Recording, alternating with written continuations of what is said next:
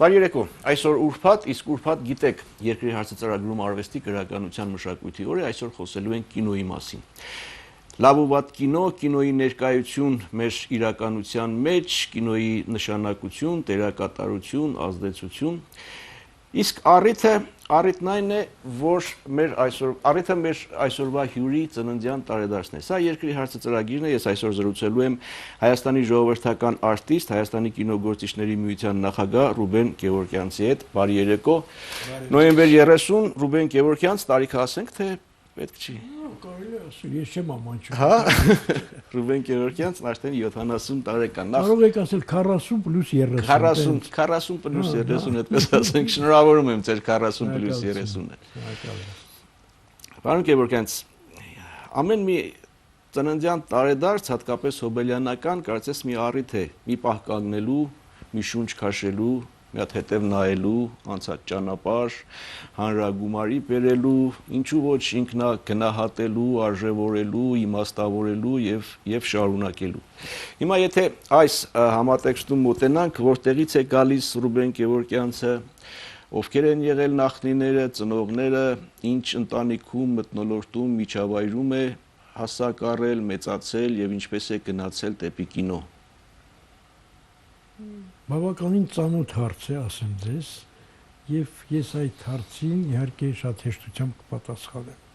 Դե իմ ծնողը Ստեփան Գևորգովը եղել է ՍՍՆ-ի ժողովրդական արտիստ, կամու ֆիլմերի հեղինակ եւ այլ։ Իմ պապս եղել է շատ խոշոր, ուրեմն միլիոնատեր, գործարանատեր, միայն 17 գործարան Ռուսաստանում ուներ, Լեհաստանը չեմ հաշվում։ Եվ 1908 թվականին այդ ոլորտը զարգացնելու համար բամբակի գործարաններ Նիկոլայ II-ը իրան տվեց ուրեմն ազնվականի կոչում։ Իմ տատս տոհմական ազնվական էր, Լեանոզովները, հայեր են դրանք բոլորը, ուրեմն կա ինչ-որ այդպես ազնվական կապ կա, դե պապաս ոնց որ ասում իր մթնոլորտը այնպիսին էր, որ աչ ու ձախ կինոռեժիսորներ, դերասաններ, ամբողջ օրը մեր տուն մարդիկ են գալու, բայց ես գիտեի, որ ես ի սկզբանե պարզ էր, որ կինո։ Հա, գիտեի, հատկապես որ ես ոչ մաթեմատիկայի հետ կապ ունեի, սերտ կապեր, ոչ մի ուրիշ առարկաների, բայց հումանիտար առարկաների հետ ինչ որ լավ է։ Եվ ինստիտուտից հետո ուրեմն ես պետք է ընդունվեի թատերական ինստիտուտ, որտեղ ես ուզում էի Մոսկվա գնայի սովորելու, բայց մայրս չթողեց, ասեց կգնաս այնտեղ, խմող կդառնաս, բան եւ այլ, իմջա ճիշտ էր ասում։ Եվ ուրեմն ուզեցի ընդունվել ինստիտուտ, պարզվեց այդ տարի ընդունելություն չկար։ Ես գնացի, աշխատում էի կանանց գործարանում բանվոր, հետո ապակի ինչ որ բան անում գիտահետազոտական, վերջը։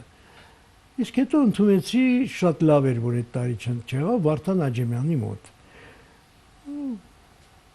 Եթե նույնիսկ ես դպրոցում վատ էի սովորում, ինստիտուտում շատ լավ էի սովորում,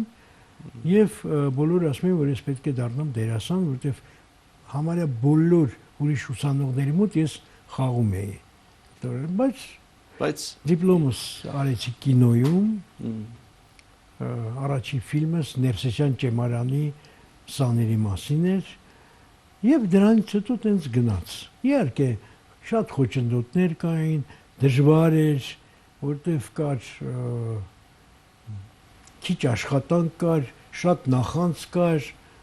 ինչպես բոլոր ժամանակները հիմա էլ չի պակաս է, բայց աշխատանք ոչինչ կա։ Ինչպես բոլոր ոլորտներում, անկեղծ ասեմ ձեզ, հետո կամաց, հետո իմ եղբայրս դառավ կինոռեժիսոր, չնայած հայրս ասում էր, որ ես կարծում եի գոնե մի նորմալ մարդ կլինի մեր ընտանիքում, եղբայրս ուտեւ լավ էր դպրոցում սովորում, չստացվեց, ինքն էլ դառավ։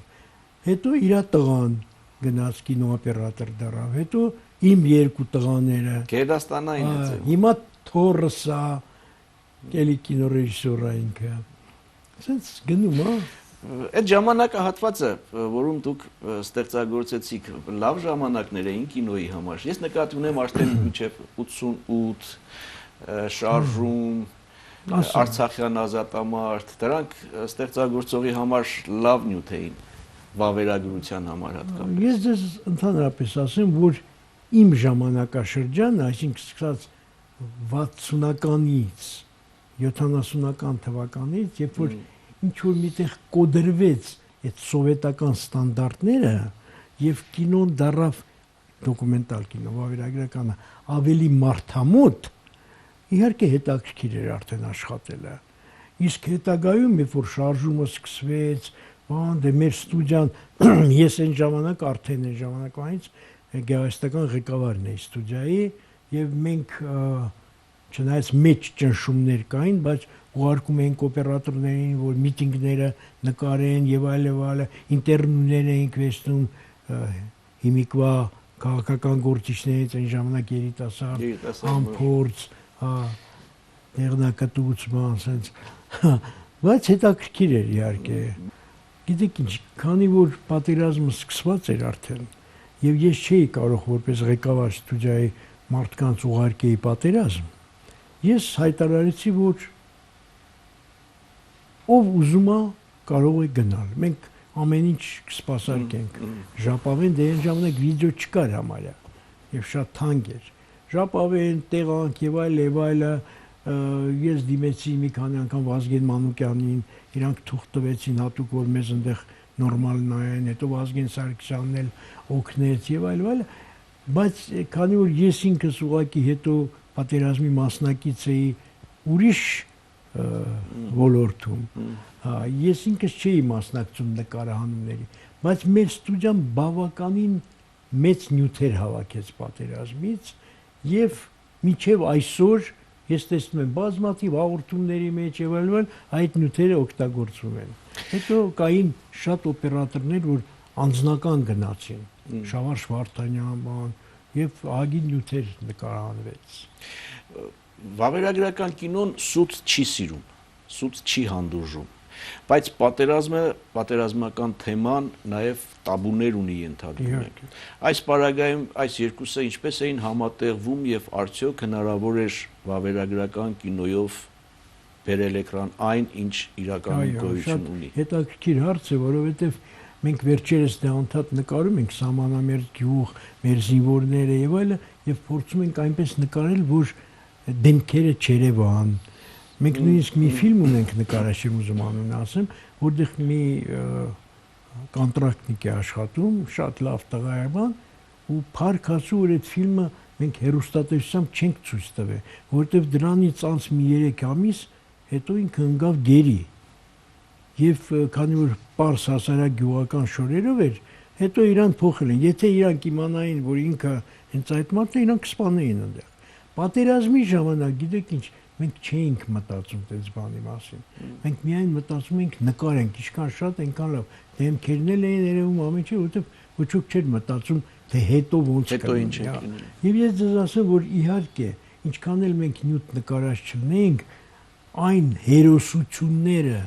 որը ցուցաբերեց հայ ժողովուրդը պատերազմի ժամանակ, պարզ մարդիկ, կիսագրագետ, կային եւ գրագետ, բանաստեղծներ, նկարիչներ, բժիշկներ, դուք չեք պատկերացնում դա ինչ հերոսություն էր, ինչ հերոս ազգ ենք մենք։ Եվ դրա համար էլ հաղթանակեցինք։ Ինչ է կինոն ընդհանրապես։ Ինչ է կինոն ձեզ համար մասնավորապես։ Որն է լավ կինոն։ Որն է ձեր կինոն։ Գիտեք ինչ, կա կինո, ես մի 5 աստիճան ունեմ կինոների։ Կա կինո, կա կինոիկ, կա ֆիլմ, դրանք տարբեր բաներ են։ Կա ուղղակի հենց այնպես նկարված ինչ-որ նյութ, կա հեղինակային կինո։ Դրանք բոլորը տարբեր են։ Հեղինակային կինոն, ինչպես օրենք, որպես օրենք գնում է փառատոնների, ստանում է մրցանակներ կամ չի ստանում։ Կինոն, իսկական կինոն ինձ համար այն կինոն է, որը ժողովուրդը, բայց չեմ ուզում ասեմ, այսինքն ինտելեկտով ժողովուրդը, միջին ինտելեկտով նույնիսկ ժողովուրդը նայում է, բան է սովորում, բան է հիշում, դա է կինոն։ Մտածում է։ Այո, մտածում է, որտեղ գիտեք ինչ, հիմա կասես ժողովուրդը նայում է բան, վատ սերիալներ։ Նայում է, լավն էլ է նայում, վատն էլ։ Նույն ժողովուրդը Ֆրանսիայում էլ է նայում վատ սերիալներ։ Նրա մասին չի խոսքը։ Այն կինոն, որը դառնում է այ ոնց որ մեր 60-ական թվականների կինոները, որ այնտեղ ինչ որ մի նախադասություն ասում, մինչև այսօր այդ մարդիկ դառնում է թևավոր խոսք, ասում է սենց։ Մենք դժբախտաբար այսօր այդպիսի կինո չունենք։ Ինչն է պատճառը։ Հույս ունեմ, որ կունենանք, ասեմ։ Հիմա նկարահանվում են փառքասու, որ նկարահանվում են ֆիլմեր, այսինքն, օրինակ, Շարմը նկարահանում է ֆիլմեր։ Ես հավանում եմ այդ ֆիլմերը։ Գիտեք ինչ, իրանք շատ բարի, զվարճալի, մակարդակով արված, լավ մակարդակով ֆիլմեր են։ Նայում ես, ծիծաղում ես, դուրս ես գալիս, շամպան ես խմում, աղբաղակ, բան, ցենց գնում, հասնում ես մինչև ծով եւ վերջ։ Բրծավ ֆիլմը։ Կինոն մի քիչ ուրիշ բան է։ Կինոն պետք է օրեր անցնի, մտածես, բայց այդ հերոսը ինչու տենց եղավ, իսկ ինքը ինչ է ուզում, ինքը ուզում է բան փոխի, կամ չի ուզում փոխի, ինչպես փոխի, այսպիսի բաներ կան։ Եվ հիմա կամաց սկսում են նկարել կինո։ Կա արդեն այդ տենդենսը։ Ես պիտի հարցնեի, թե որն է պատճառը, որ ձեր ասած կինոն, այն կինոն, որ ստիպում է ոչ միայն մինչև տուն, այլ հաջորդ օրը, այն մյուս օրը մտածել, այս հերոսը ինչ ասեց, ինչու, ինչ էր ուզում փոխել, եւ դա ուզես թե չուզես, գիտակցաբար թե ենթագիտակցաբար քո այստեղին եւ այստեղին խփում է, նստված է տալիս։ Շատ པարզ պատճառով, շատ པարզ։ Կա կոմերցիալ կինո, որը պետք է փողը ծախսել ես, պետք է ետ գա։ Ետ գալու համար պետք է հանդիսատեսը նայի։ Դա ֆիլմերն են։ Փառքասու որ կան, նայում են ու շատ լավ է դա։ Կինոն կարող է կոմերցիալ չլինի։ Կարող է չգնա 100 հոգի, գնա 20 հոգի մարդ։ Բայց այդ պարագայում ով է այդ կինոյի տերը։ Տեր ասելով նկատի ունեմ հենց այդ է։ Հա, որովհետև լավ կինո ասելով ինչ է պետք լավ կինոյի համար։ Լավ սցենար, լավ դերասանական կազմ, լավ բեմադրող ռեժիսոր, հա, տեխնիկական ռեսուրս եւ ֆինանսական միջոցներ։ Սովետական միության ժամանակ կարծես այս համակարգը լավ թե վատ, բայց գործում էր, հա, կոնկրետ կար, գործում էր պետությունը պրոդյուսերություն էր անում, սպասարկում էր բոլոր գումարները տալիս էր, որը պետք է։ Հիմա այդպես չի։ Հիմա տալիս է մի մասը։ Մյուս մասի համար դու պետք է ինգնես տեղ ընդեղ մեկին համոզես, մեկին խափես, շատ հաճախ խափում են, ինչ անեն, որտեվ այդ փողը մեկը որ փողը դնել հետ չի վերադառնալու, որտեվ այս ֆիլմերը չեն կարող ուրիշ երկրներ գնալ, բարձ է, շատ դժվար է, որտեվ այդ շուկա բան որ ասում են, դա շատ սուտ բաներ են, որտեվ մաֆիա կա։ Մաֆիան գիտի, որ երկրին է վերցնում։ Աշխարհը ամբողջ աշխարհի էկրանները դրանք ամերիկյան կինոներ են։ Բայց մեզ հնարավոր չի ասենք նույն այս Եվրասիական տնտեսական միության տարածքում նախկին ԱՊՀ երկրներում, այսինքն մեր ավանդական շուկայում նորից ունենալ այնտեղի ինչ որ խորհրդային միության ժամանակ ունեն։ Մինչև այսօր համենայն դեպս չգիտեմ ես նոր հարաբերությունների ինչ են լինելու, այլ չենք սկսել։ Մինչև այսօր ոչ մի հայկական ֆիլմ ստեղծված անկախության շրջանում ոչ մի չի գնվել ոչ մի մեր նախկին սովետական միության հանրապետության կողմից կամ Ռուսաստանի կամ Միգուցե չենք զբաղվել դրանով։ Չէ, զբաղվել են։ Հա? Զբաղվել են, չէ, դա անհնարին է։ Եթե դու ուզում ես մի որից ֆիլմ վաճառես, օրինակ Ռուսաստանում, դու առնվազն պետք է 1.5 միլիոն դոլար ծախսես ռեկլամի վրա, բանի վրա համոզելու բան, որ այդ ֆիլմը վաճառվի։ Հասկանում եք, դա տենց է։ Իսկ մեր շուկան, ինչ է, 3 միլիոն մարդ ենք։ Չէ, 3 միլիոն մեր շուկայով իհարկե զարգանանք, հա, դա անհնարին է։ Այսինքն ինչ համակերպենք այն մտքի հետ, որ փոքր եւ աղքատ երկիրը կինո արտադրության համար չի։ Գիտեք, ճշմարտությունը դա է իհարկե, բայց քանի որ մենք հայերս շատ ամբիցիոզ ազգ ենք, օրինակ մենք ունենք, դու գիտեք, քանի միջազգային կինոփառատոն կա Հայաստանում։ Մեծ փոքր բան, քանի կլինի։ Կամ, չգիտեմ, 8 միջազգային փառատոն։ Բայց քանի միջազգային թատերական փառատոն կա, 3։ Այսինքն մենք տենց ենք մտածում։ Հիմա ես եթե լինեի պետության ղեկավարը, դա ընդամենը 2-3 միլիոն դոլար է, մեր պետության համար դա, չգիտեմ, այդքան մեծ գումար չի։ Կպահեի կինոն, այսինքն ես կֆինանսավորեի կինոն, պետությունը եւ քանի որ պետությունն է ֆինանսավորում, դա իմիջիայից հիմա էլ կախում ունի, դու պետք է անես այն ֆիլմերը, որը պետքա պետությանը։ Բայց դա խորհրդային միջան ժամանակ է այդպես եղել։ Հիմա ժամանակները փոխվել են։ Բայց եթե ես եմ փողը տալի, ես պետք է պահանջեմ ինչ որ ինձ է պետք։ Հասկանալի է, բայց պետությունը այս հազար ու մի հոգսերի ու բանի տակ կքած հնարավորությունների այդքան փողը ներկա տալու կինոյի համար եւ հետո ոչինչ չպանջելու, ասի ար նկարի միայն գաղափարական ինչ-որ սկզբունքներից ելնելով դժվար է հիմա։ Ըստ գաղափարի շատ դժվար բան է, որ պարկի մտքում այդ բանը, բայց եթե մտածում ես, որ միլիոններ են ծախսում տարբեր ինչ-որ բաները, չէ՞ որ կինոն դա զենք է։ Կինոն դա զենք է եւ հանգարցակի չէր, որ այն Մարդը Լենինը արվեստներից մեզ համար ամենակարևորը կինոն է։ Բայց ինքը գիտի ասել, ինքը ասել է մեզ համար այսօր բարը հանել էին։ Դա կա բնագրում։ Այսօր, որտեղ դա էր պետք իրոք, որտեղ դա հզորագույն ռոպագանդայի միջոց է։ Եվ այդպես ես դες ասեմ Իրաք եւ Պարսկաստան պատերազմի ժամանակ ես Իրաքում էի այդ ժամանակ։ Եվ Սադամ Հուսեյնը միլիոններ էր տալիս, հրավիրում էր տարբեր ռեժիսորներ, տարբեր աշխարհների պատմական մեծ ֆիլմեր էին նկարում, որտեղ իրանք ապացուցում էին, որ այս հարցի շուրջը իրանք են ճիշտ պատմական։ Եվ դա ազդում էր ժողովրդի վրա, դա էր ազդում։ Բայց ինչ ասեմ,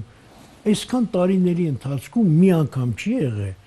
որ պետությունը մեզ պատվիրի ֆիլմ օրինակի համար Ղարաբաղի պատերազմի հարցի մասին եւ այլն։ Մենք ինքներս ենք դա արել։ Հավաքվել ենք, մտածել ենք, անհրաժեշտ է սենց ֆիլմ, արել ենք ֆիլմեր մեր հերոսների մասին, արել ենք հիմա մենք արդեն 14 սերիա ունենք հայոց պատմություն վավերագրական ֆիլմ, որը անհրաժեշտ է բոլոր դպրոցներում տանես ցույց տալ։ Բայց չի արվում։ Չնայած վերջի այդ 7 սերիան, որ մենք արեցինք, այո, բանը կրթության նախարարությունը գնեց այդ ֆիլմերը, սարքեց ուրեմն դիսկեր եւ իրենց ասելով բաժանել են Սփյուռքի դպրոցներին, որտեղ մենք 5 լեզուներով արել ենք։ Բայց ընդհանուր առմամբ ձեր խոսքից տպավորություն ստացա, որ պետության կողմից մեծ հաշվով այդքան էլ չի կարևորվում կինոն որպես զենք, կինոն որպես գաղափարական զենք, չի կարևորվում։ Միգուցե այլ բաներ են եկել լրացնելու կինոյի տեղը։ Հրապարակախոսություն, ակտիվ քաղաքացիական ինտերնետ, Facebook, այդ աղմաղ բաները կան իհարկե, ես բան չունեմ ասելու։ Եվ միգուցե գիտեք ինչ, հիմա դրա կարիքն էլ ոնց որ թե չկա, որովհետև այսօր եթե բան ես ուզում ասես, յուրաքանչյուր մարդ կարող է մտնի Facebook, ինչ ուզենա ասի, ինչ ուզենա, սկսած թե ինչը հակե ներքին շոր կամ որ քաղաքական գործիչին համեմատում է տուալետի հետ կամ բան ինչ ուզում ասում։ Այսինքն պետք չի որ այդ ասելիքը լինի գեղարվեստական ձևերի մեջ, ենթատեքստերով, տողատակերով, հա։ Թվում է թե բայց դա պետք է, որտեղ դա էլ զարգացնում է ուղեղը։ Վերջիվերջով ուղեղը պետք է զարգանա, չէ՞։ Սենց հիմա իրար հակասող բաներ կան։ Բայց ես գիտեմ, որ կինոն անհրաժեշտություն է, ժողովուրդը կինոն սիրում է, կինոյի միջոցով շատ բան ես ասում, նայում ես մեր հին ֆիլմերը, Մալյան, Դովլաչյան եւ այլն, ահագին բան ես նորից քեզ համար հայտնաբերում։ Կինոյի դերը մեր իրականության մեջ այն ժամանակ կար այսպիսի բան չէ, արվեստը արվեստի համար, թե արվեստը ժողովրդի համար, արվեստը հասարակության համար։ Հա։ Հիմա կինոյի դերը ո՞րն է մեր իրականության մեջ։ Ես դες մի բան ասեմ, մենք երբ որ երիտասարդ էինք, չէինք սիրում կինոգետներին, զզվում էինք, ասեմ ձեզ։ Դերասանները թատերագետներին չեն սիրում, կինոքննադատներին, բան ասում ենք, բայց հիմա պակասը չեք զգում։ Իրանք անհրաժեշտ էին եւ հիմա էլ են անհրաժեշտ։ Հիմա ցավոք սրտի մի շրջան եղավ, որ ընդհանրապես չկվեցին, չկային։ Հին սերունդը էլ չէր գրում, ասում էր չեմ ուզում գրեմ։ Նոր սերունդ չկար եւ մի շրջան եղավ լրիվ դատարկ էր։ Հիմա եկել է մի նոր սերունդ կինոգետների, կինոքննադատների, բայց այնց մի քիչ տարօրինակ են ինչ որ ուրիշ հայացքներ ունեն։ Այնց մի քիչ շատ կապտած են։ անենց շատ ուրիշ բաներ են փնտրում կինոյում եւ այլ սպეციფიկ եվրոպական ինչ-որ բաներ չկա լուրջ կինո քննադատ կան կինո ներկայացնողներ կան այս ինչ ֆիլմը ցենց բայց չկա այն մարդը որ ասի ջան այս սխալ է սարը սա սենց է սա իսա սենց է իս ճշմարտությունը սա է ինչի եք խափում այս անհրաժեշտություն է եւ ընդհանրապես մեկ առաջ կարծում ենք որ խմբագիր հասկացողությունը դա պետության աչքն է որ պետք է նայի ավելորդ բան չէ բայց խմբագիրը անհրաժեշտ է հիմա կինոն չունի խմբագիրներ դրա համար ինչ անգրագետ բան կա ասվում է ոնց է ասվում ինչ ձև այ դա խմբագիրներից բացի տարիներ շարունակ այսպես լուրջ դժգոհություն է եղել նաև կինոսցենարներից չէ մեզանում ես ասեմ ընդհանրապես հայկական կինոն այդ կողմից շատ թերի եղել միշտ նույնիսկ այն ժամանակ կային գրողներ լավ գրողներ բայց սցենար գրելը մի քիչ ուրիշ բան է եւ միշտ այդ կողմը թերի է եղել հիմա էլ իր հերթին իհարկե կինոյի եւ ընդհանրապես արվեստի արվեստագետների մեր կյանքում նրանց ներկայության եւ ազդեցության դերակատարության նշանակության մասին ինչ եթե թողնենք միայն կինոն նաեւ կինո ստեղծողները եւ ընդհանրապես արվեստի մարդիկ ինչ դերակատարություն ունեն ինչ մեղքի բաժին ունեն այն դժվարություններում որոնք ունենք մենք այսօր, որոնք առկա են, որոնց առջև մենք այսօր հայտնվել ենք։ Որ ասում են մտավորականությունը որտեղ է, որ ասում են մտավորականությունն ինչ է ասում, մտավորականությունն ինչի է լռում։ Մտավորականը այն մարդն է, ով լուր իր գործն է անում, իր լավ կինոն է ստեղծում, իր լավ կտավը, իր լավ երաժշտությունը, թե կարծում եք նաև բացի այդ լավ կինոն, կտավը, երաժշտությունը ստեղծելուց զատ նաև ակտիվ քաղաքացիական դիրքորոշում ունի, ակտիվ հրապարակային ելույթներով, քաղաքացիական դիրքորոշումով եւ այլն։ Շատ արդի հարց եք տալիս, ասեմ ձեզ, ես բազմիցս մտածել եմ դրա մասին եւ գիտեք ինչի եմ եկել որ ամեն մարդ չի որ պայքարող է նախ եւ առաջ կան տաղանդավոր նկարիչներ կան բայց իրանք իրանց էության պայքարող մարդիկ չեն իրանք էություն պահում են իրանց ստեղծագործության համար երաժշտություն է գրում կոմպոզիտորը ինչ պետք է պայքարի որպես մարդ կարող է գնա միտինգների ինչ որ բան անի եւ այլ բայց արվեստում կոմպոզիտորը չգնալ կամ չգնա, բայց ինչ պետք է երաժշտության մեջ ինչ պետք է պայքարի մոմենտներ մտցնի բան։ Հասկանում եք, դա մարդու էությունից է գալիս։ Ես ինքս օրինակ ակտիվ մարդ եմ։ Ես ինքս պայքարող մարդ եմ, պայքարող եմ, բայց էլի այն պայքարողներից չեմ, որ գնամ բոմբը կախեմ իմ վրա, պայթացնեմ, բան չէ։ Ես ընդհանրապես բռնությանը դեմ եմ։ Այդ չի հարցը։ Բայց ուրիշ բան որ քո ստեղծագործության մեջ դա իմիջիալոց վերաբերում է երկու արվեստի, գիտեն, մեկը գրականությանը, մյուսը կինոյին։ Այդ ու կինոյում բանում պետք է դրա մասին խոսես։ Պետք է խոսես, որ երբ որ սերունդներ կան, իմանան, որ այսպիսի շրջան է եղել, երբ որ մարդիկ չեն վստահ, կասկածել են, բացասական կերպարներ կան, լիքն են, չէ՞ բացասական կերպարները։ Չնայած երբեք չի եղել որ բացասական կերպարը կինոնայի իրան նման բացասական կերպարին ու ասի այս չի ինքը չի ճանաչում ինքը իրան դա սուտ է հա այն կարող է այս ինչ վատ մարդ է բայց ինքն է այդ վատ մարդը ինքը չի տեսնում դա տենց է իհարկե ընդհանրապես մտավորականությունը պետք է պայքարի բայց ռացիոնալ պայքարող պետք է լինի աբսուրդի չհասնող լինի օրինակ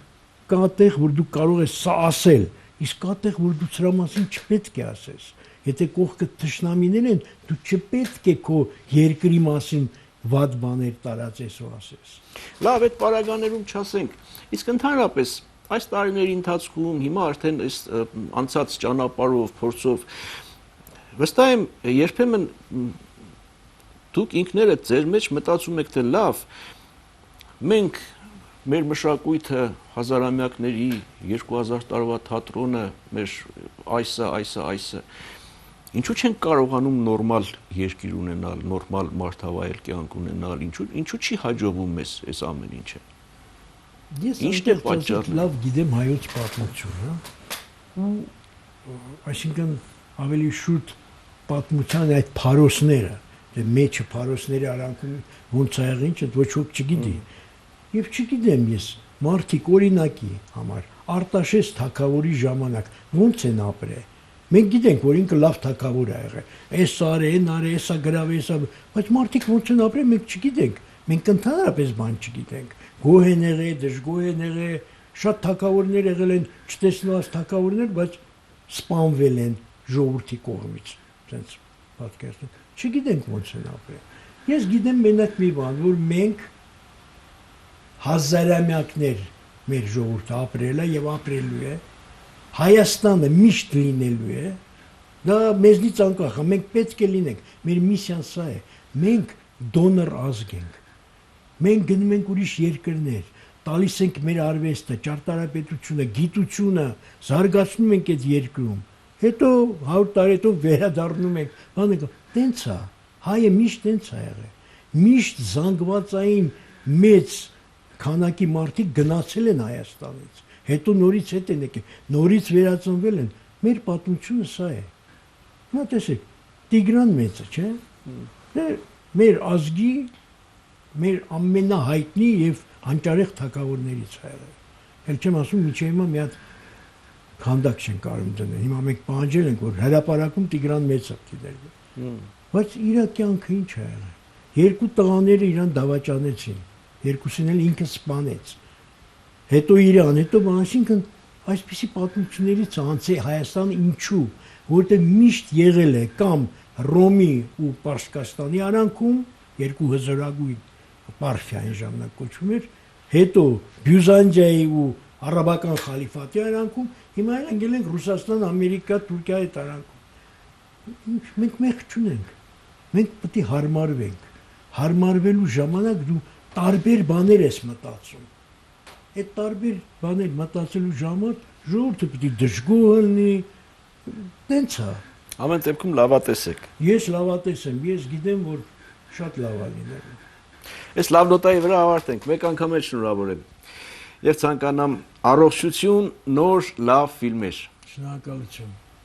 Այսքանը սա երկրի հարցը ծրագիրն էր, ես այսօր զրուցում էի Հայաստանի ժողովրդական արտիստ, Հայաստանի կինոգործիչների միության նախագահ Ռուբեն Գևորգյանցի հետ։ Լավ մնացեք։